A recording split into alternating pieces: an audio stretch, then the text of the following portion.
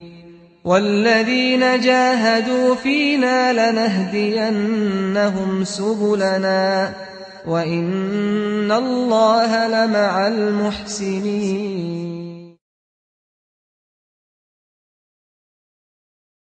I was 22 when I became Muslim. I was a bit younger than that when I accepted Islam. But I make a distinction between accepting Islam and actually becoming a Muslim. So the first thing I really remember, of course, about Muslims and meeting Muslims was when I went to Egypt. My parents were living there. So those were my first experiences, meeting Muslims, going to a Muslim country. It was a very strange experience, I have to say. I mean, the thing that sticks in my mind is that how generally happy people were, even though they didn't really have any reason to be happy. I mean, according to Western standards. According to Western standards, the reason to be happy is when you've got a nice car, you've got a nice house, you've got a nice, got a nice girl, right? And you've got lots of money to have a good time, and then you're happy, right? I mean, that's the Western standard of happiness. But if you go to Egypt, I mean, certainly when I went there, you didn't see that. People were extremely poor. In poverty was the immediate thing you notice was poverty. Yet, in spite of poverty, people seem to be extremely happy. That is a very strange thing to encounter, because it immediately goes against everything that you've been led to expect is the source of happiness. Spiritually, I had been on a sort of search, a spiritual search, since I was 14 or 15, and questioning the religion that I'd come from, Catholicism, and I'd looked through lots of different religions, and had actually, probably at that stage, if you're talking about 6 months before, come up against what I could call a brick wall. I had really reached a stage where I'd begun to think there were no answers, there was no spiritual dimension to the human being, and that maybe happiness really was just about having money, and maybe I just didn't have enough money. And in that process of thinking about making money, I thought, well, the key to happiness surely is going to be that you make the maximum amount of money with the minimum amount of effort, because the purpose of money is only to enable you to enjoy yourself. Money itself can't make you happy. It's the things that you can buy and the things that you can do with the money. And if you're spending all of your time earning the money, then where are you going to enjoy yourself? So I thought, okay, well, where can I start? Let me start by looking at different people in the world, different cultures. Let's look through history, and let's see if there's something there. And in that process of thinking, I was thinking about different nations and different civilizations, and then it suddenly sort of struck me, wait a minute, those Saudi Arabians have been sitting on their camels for I don't know how many hundreds of years, praying to Allah, and they've got all this money. I said, well, that sounds good. Very little effort, lots of money.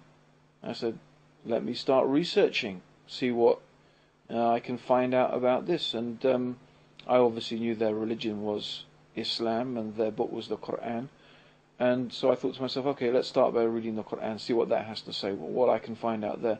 And that's really how I came upon Islam.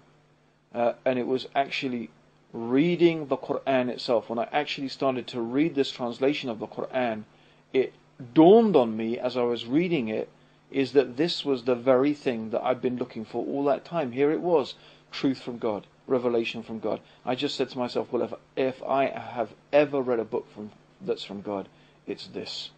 But that's how I discovered Islam. But the problem was really is that when I actually was faced with a challenge, and the real challenge was my girlfriend. That was the real challenge. When my girlfriend found out I had become Muslim, she totally freaked out.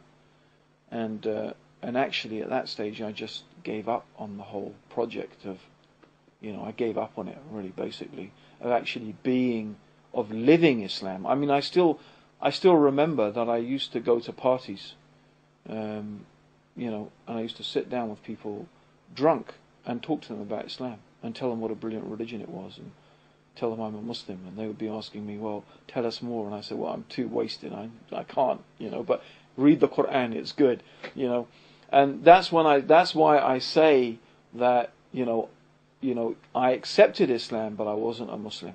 Because if you looked at my life, there was nothing different. Except I would have to say one thing was different. I was more miserable than I had ever been in my entire existence. Because I now knew the truth, and I also knew that I was not living the truth that I knew. And that was the worst condition, and perhaps is the worst condition that you can ever be in. And, things became, you could say, also worse between me and my girlfriend. Ironically, the one that I had, given up practicing Islam for because she was freaked out. Things became worse between me and her. And I think it was a combination of all of those things just led to a type of situation where literally I just couldn't take it anymore. And I decided to go and stay with my parents in Portugal. My parents live in Portugal. And it was there really that I just began to realize things came into focus. I began to realize, okay, my life is a mess. I know why it's a mess. Because I found the truth. I know what the truth is, and I'm not following it. And I just made this dua to Allah. I prayed to God. I said, oh Allah, I said, just let her call. I promise that if she calls me today, I will pray to you 5 times a day. I mean, what, as if Allah needed me to pray to Him. But I mean, that's, but I mean, it was like, Allah, I will pray to you 5 times a day. I can't promise I will give up any other bad things, or I can do anything else, but I will pray 5 times a day, and I promise that I will never stop praying 5 times a day. And after I made this dua, that same afternoon, just a couple of hours later, she phoned. And I was actually working in the garden at the time and building a wall. I still pass that wall and look at it and think, that's the wall that I was building when that thing happened to me. And my dad came down and he said, oh, it's your girlfriend on the phone. Don't want to mention her name. And I put down the spade, and I don't even remember what she said because I wasn't thinking about her anymore. I was thinking about, I have to go and pray now. So I just put down the phone and went and took a ghusl, took a bath, and started praying. And that's it.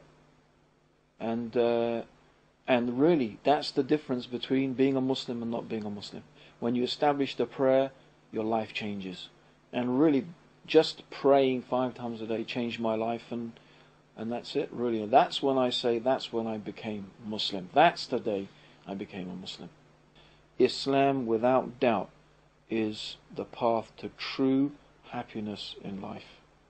It is the real path to true happiness. And people ask me, so what is it like now that you're Muslim compared to how it was before?